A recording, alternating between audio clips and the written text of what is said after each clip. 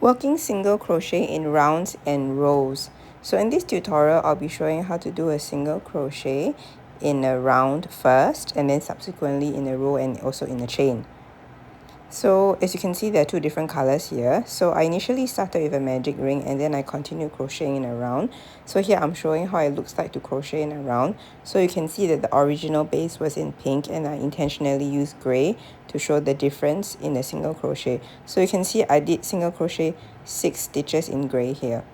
Now we're going to move on to the foundation chain tutorial. So you can see this is a base foundation chain, and then starting from the second chain from the hook, we will continue single crocheting down the chain.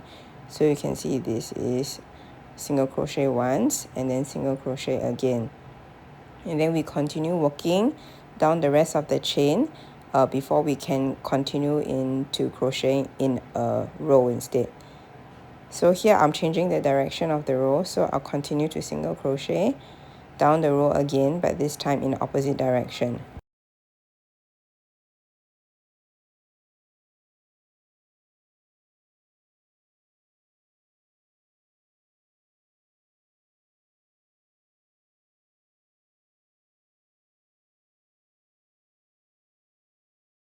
This time I'm showing how to single crochet in a row, but now with a different color. So you can see I've done a few rows in pink already, and I've intentionally changed it to gray. So you can see single crochet 6 stitches of gray in a row. So basically insert the hook and then proceed to do a single crochet of 1 stitch, chain 1 and then turn, and then we can continue single crocheting 6 stitches in gray in the opposite direction. So this is how you single crochet in a row.